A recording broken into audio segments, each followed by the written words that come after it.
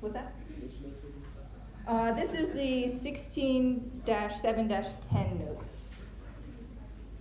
And I did post another set of notes, which we'll probably get to today.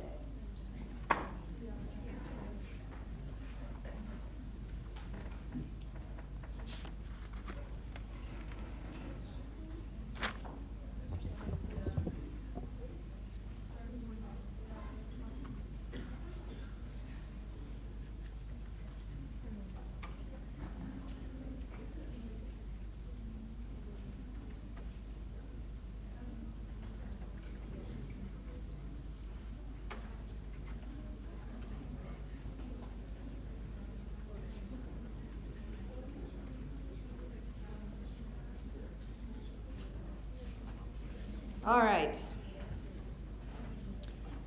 So first thing, when I approach these types of problems, I imagine we have our salt, and then I imagine what the ions will be once these completely dissociate. So with our ammonium nitrate salt, we're going to form ammonium ion and nitrate ion. And so we have to consider what will happen with each of these ions in solution. Will the ammonium ion react with water to make an acidic or basic solution? Will the nitrate ion react with water to make an acidic or basic solution? And so we take each one individually, see what it would form with water. Let me do this the right way.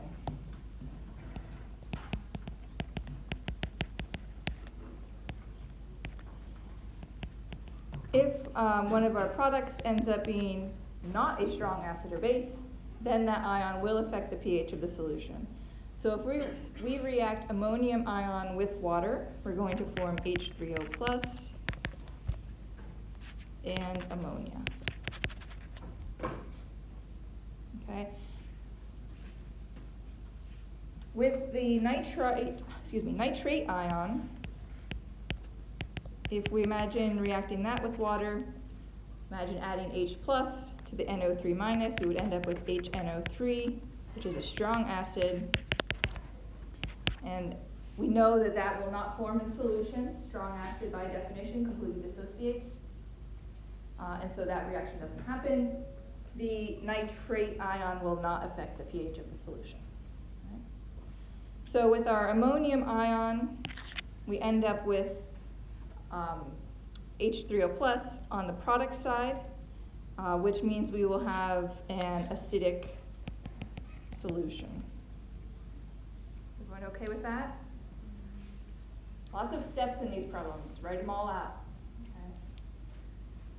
Okay. With sodium fluoride, NaF, anytime you see an ion that is the cation or anion of a strong acid or base, you know that that's not going to affect the pH. F minus will affect the pH of the solution. Okay. It is going to make a basic solution. Because if you react F minus with water, you end up forming HF plus OH minus. Again, OH minus on the product side means you get a basic solution. Everyone okay with that? What about KCl? Acidic, basic, neutral. Neutral. Yep. If we react potassium ion with the hydroxide ion, we end up with KOH. That's one of your strong bases. If we react Cl minus chloride ion with H plus, that forms HCl. It's a strong acid. Doesn't react. All right. Na2CO3, acidic, basic, or neutral?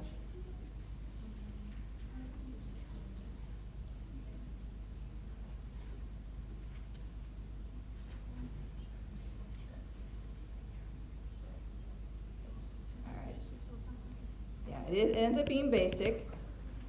Sodium does not react with water. CO3 2 minus will react with water to form HCO3 minus and OH minus. So it makes basic solution, OH minus on the product side.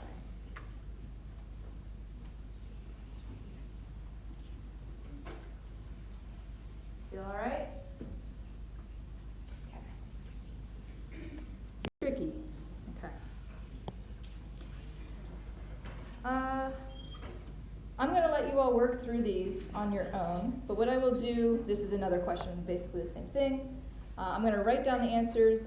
When you're on your own time, I want you to prove to yourself that you're going to end up with those types of solutions by writing out the equations. But with KBr, we're going to form a neutral solution. Ammonium chloride, did we just see that one? Acidic.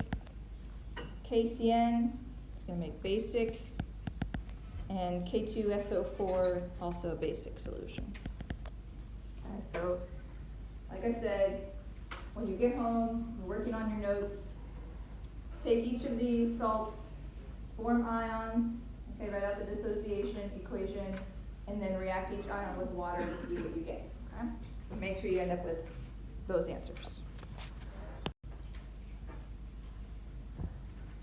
Okay, so let's get to an even harder part of pH of salt solutions, where we're actually calculating the pH of a solution.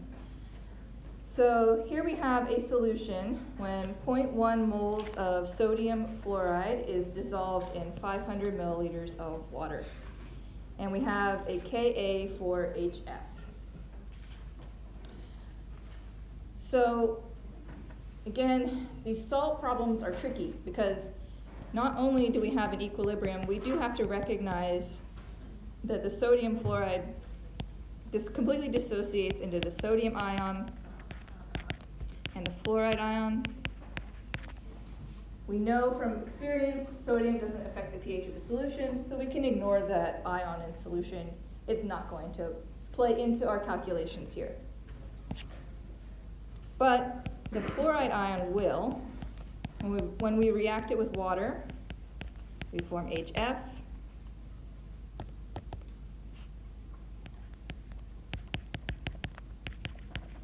And OH minus.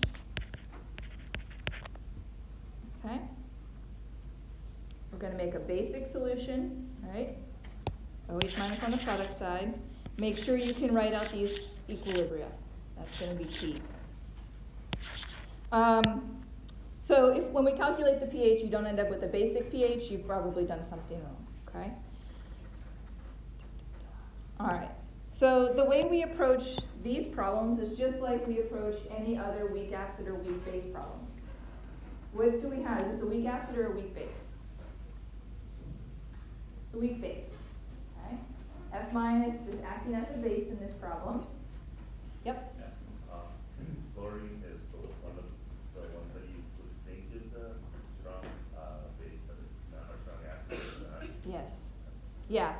HF looks like it should be a strong acid, but it is not a strong acid. Okay. It is a weak acid. If you watched Breaking Bad, they dissolved a body with HF in like the first episode. I think that would work. I haven't tried it. There are special like acid kits. If you have HF in your lab, there are special kits. If you get that on you, you have to like apply this certain thing because it does like creep into your bones. It's really bad. It's strong, but it's not a strong one. Yeah. Moderate. Okay, so we're going to use an ice table, right? Just like we do with our weak base problems. In our ice table, we need concentrations. Right now, we have moles of NaF, and we have a volume of water. For every one NaF, we get one F minus. So it's a 1-to-1 ratio. So we're going to have 0.1 moles of F minus. And that's all dissolved in 0.5 liters of water. So the concentration is 0.2. I'm only going to write 2 zeros. Oh, that makes sense. Yes, that's correct. 0.2 moles per liter. Okay. And like I said, we're going to set up an ice table.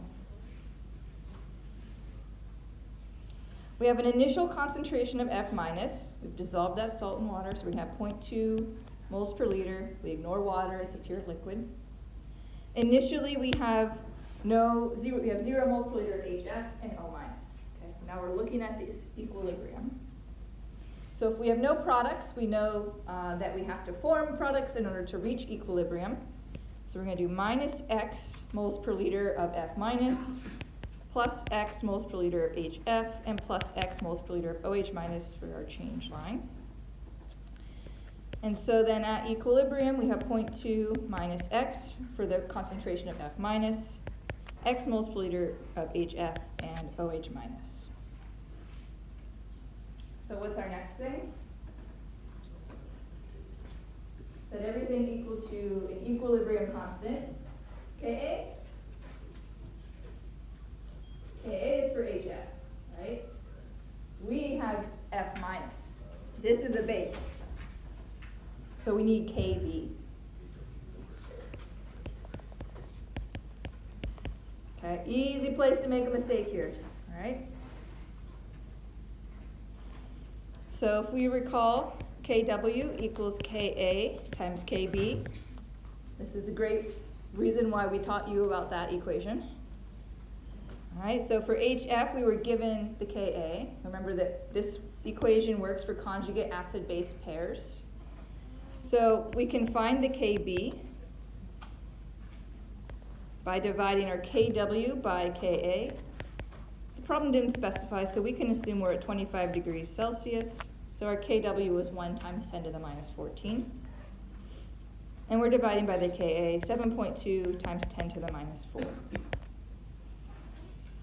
We end up with 1.4 times 10 to the minus 11. Which is great news because that's tiny, which means we can definitely ignore X in our denominator when we set all of this up. So we'll have Kb equals X squared over 0.2 minus X. So I'm just taking my equilibrium line, setting that equal to the equilibrium constant, and now we'll plug stuff in. 1.4 times 10 to the minus 11 equals X squared, over 0.2, and we're going to ignore that X. Again, X is small in comparison to 0.2, and we know that because our Kb value is tiny.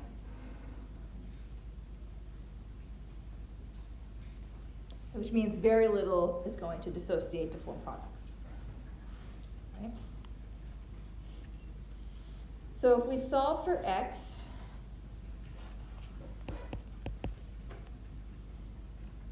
we get X is equal to 1.7 times 10 to the minus 6 moles per liter. And what is that the concentration of? OH minus, okay? And also HF. But we're looking for pH, so we need to know that this is the concentration of OH minus. All right, so if we take minus the log of this concentration, what do we end up with? POH.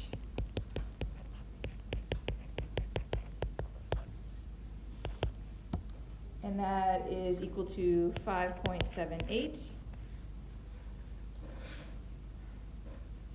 And so the pH equals 14 minus the POH. That's another equation. So pH plus POH equals 14 for a solution. So we have 14 minus 5.78, and that equals 8.22. Okay. Remember I said our solution had to be basic. Okay, so we end up with 8.22 for our pH. That's a good sign. If you had stopped and got 5.78, hopefully that would say, okay, that can't be right, right? It's acidic. Somewhere there's a mistake. But that's the POH. That's what this is. It's a lot of writing. These problems are in depth. Yeah, there's a lot here. Questions on any of them?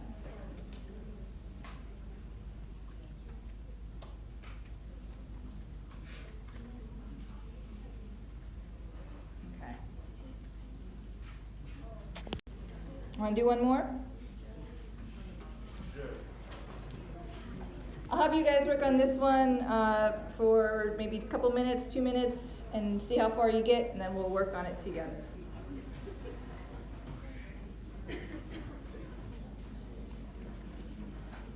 How do you get better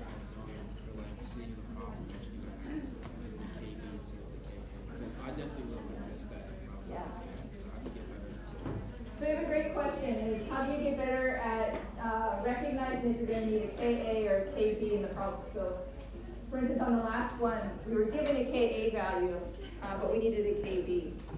And so writing out that equilibrium, so we separated our solvents with ions, writing out that equilibrium and noticing if you have an acid or a base on the reaction side is going to help you figure out if you need a Ka or a Kb. And usually for the salt problems, we give you the opposite of what you need. Also a good thing to know.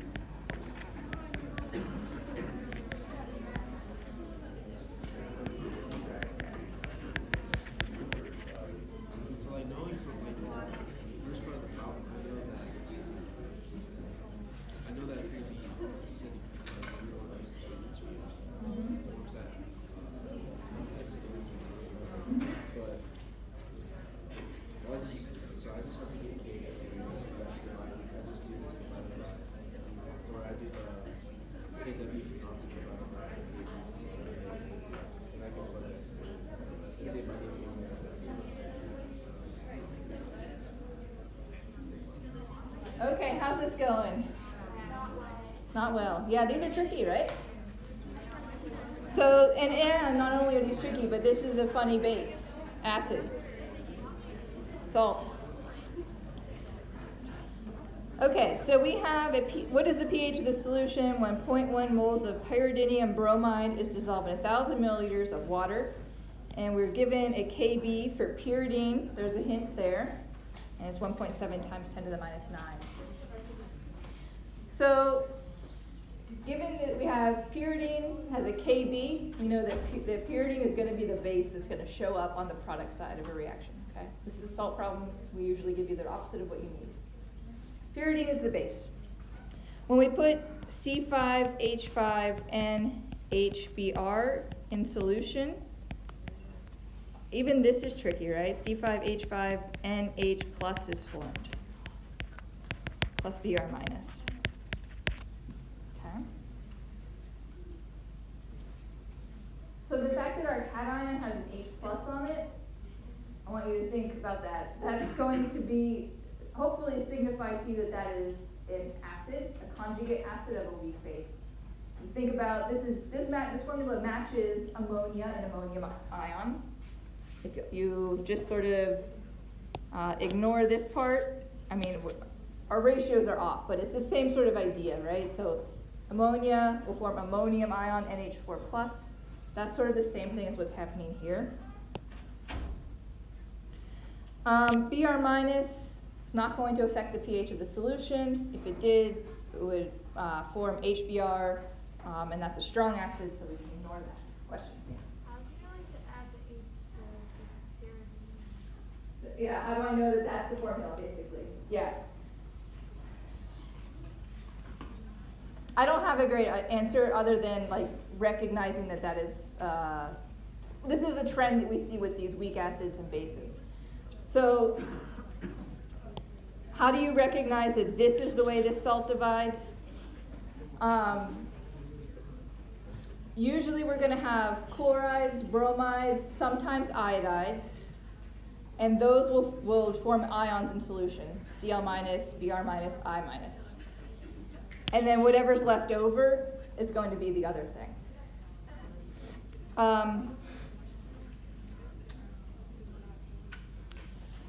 if you take a look at the list of weak bases in your textbook and you write the conjugate acids, that might be a good practice to help you recognize what these could be. Okay.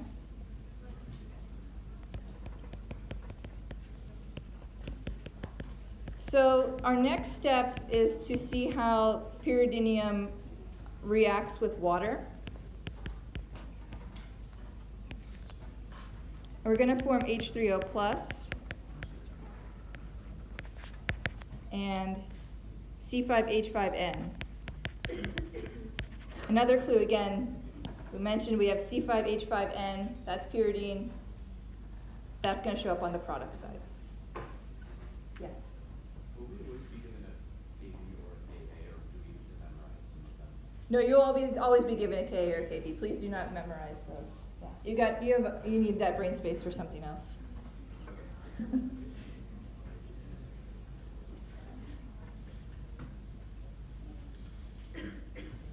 Okay, everyone okay with this equilibrium?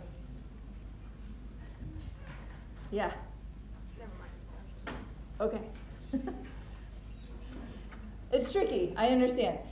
What I want you to do, I'm going to give you an assignment. We're going to not solve any problems. This is what I'm planning for either Wednesday or just to do on your own.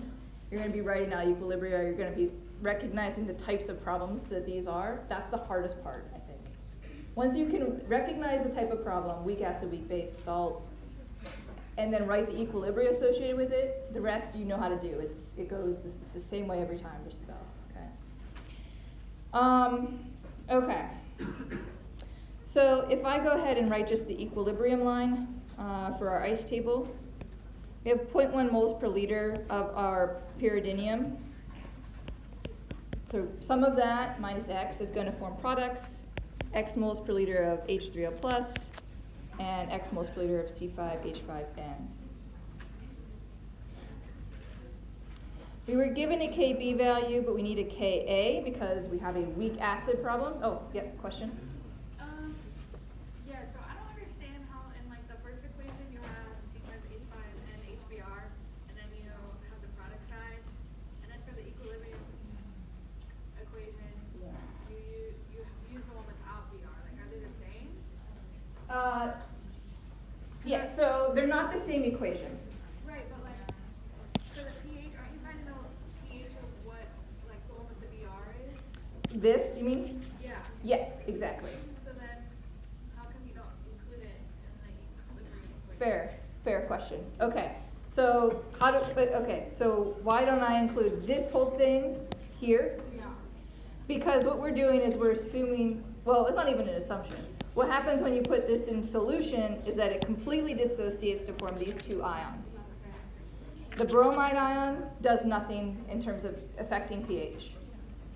The only thing that affects pH is this ion. And so that's really the only thing we need to be worried about. Yeah. Is that helpful? Yeah. Okay. Wait, so does that happen with like every cation? Like, how do we know when we do that? So that's back to recognizing the pH, predicting pH of salt solutions. So if you know you have a salt, separate into its ions, which ions affect the pH. We're not going to have you calculate the pH for something that has two ions that affect the pH. So one of them won't matter, right? And yeah, it goes back to that, just recognizing what forms in solution with those salts. Other questions?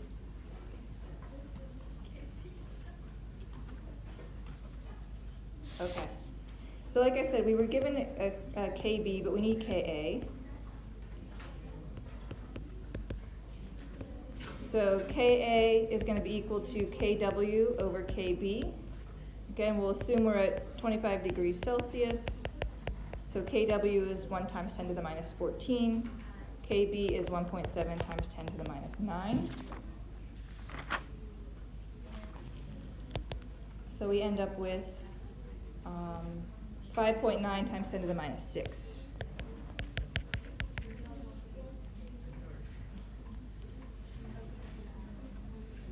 So if we set this up, in terms of our concentrations, we're going to have x squared over 0.1 minus x. All right. We can assume x is small in relation to 5.9 times 10 to the minus 6.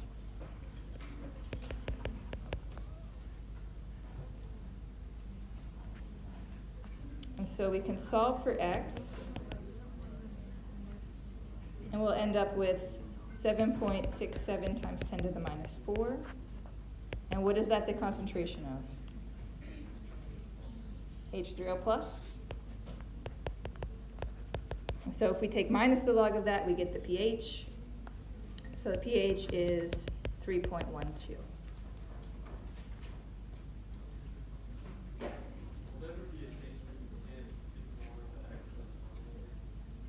Will there ever be a case when you can't ignore x in the denominator? I mean, it is possible.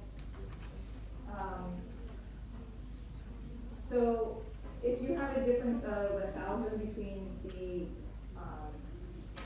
Ka and the initial concentration, then you're good. So I've just sort of been doing that in my head. And what I've been doing, I pulled this up. So if you do, well, in this case, initial concentration of acid over Ka, if it's greater than 1,000, then you can ignore x. Or initial concentration of base over Kb. If you can't ignore x, then you solve the quadratic. Other questions? Yes. To get to the pH, you do the concentration of that set to the negative? Or Yep. pH equals minus the log of 7.67 times 10 to the minus 4. Yeah. How did you know you didn't have to subtract it from 14? Oh, how did I know I didn't have to subtract from 14? Because when we solved x, that was our H3O plus concentration. And we're looking for pH, not POH. And so on the last one, we had x was OH minus, and we wanted pH. Yeah. On the internet for different ways to solve this, and one of the ways I found was I took the square root of the Kb or Ka times the initial concentration, and Yeah. that would give you the concentration of the OH or H. Mhm. And test it for all the problems on the homework in this one, and you get the exact same answer. That's exactly what we're doing. So here's our Ka. We're multiplying by the initial concentration and then taking the square root. I would recommend writing out the equilibrium, because you're going to need to know if you have an acid or a base on the reactant side. So the calculations for both are just the same, you just have to know which one. Yeah, exactly. Yeah, so again, all of the calculations are essentially the same that we're doing. Ice table. Hey guys, calm down a little bit. Ice table, and then, but the only difference is you have to recognize if you're dealing with a weak acid or a weak base. So that's the hard part. It really is the hard part. But once you start practicing these, you can go through your book, and this is, again, go through your book, look at the problems, don't even solve them. Just say, is that an acid? Is that a base? Is that a salt? And then think about, okay, how do I approach that problem? Yeah. What's the way to tell which ion that doesn't matter? The way you tell which ion doesn't matter. So again, with anion, I'm thinking about how that would react with H+. So if I say add on H+, or if I add a proton to Br-, I get HBr. And I know that's a strong acid, so that's not going to affect the pH of the solution. If you have a cation, like potassium, you say if you add OH to that, KOH, that's a strong base, doesn't affect the pH. Other questions?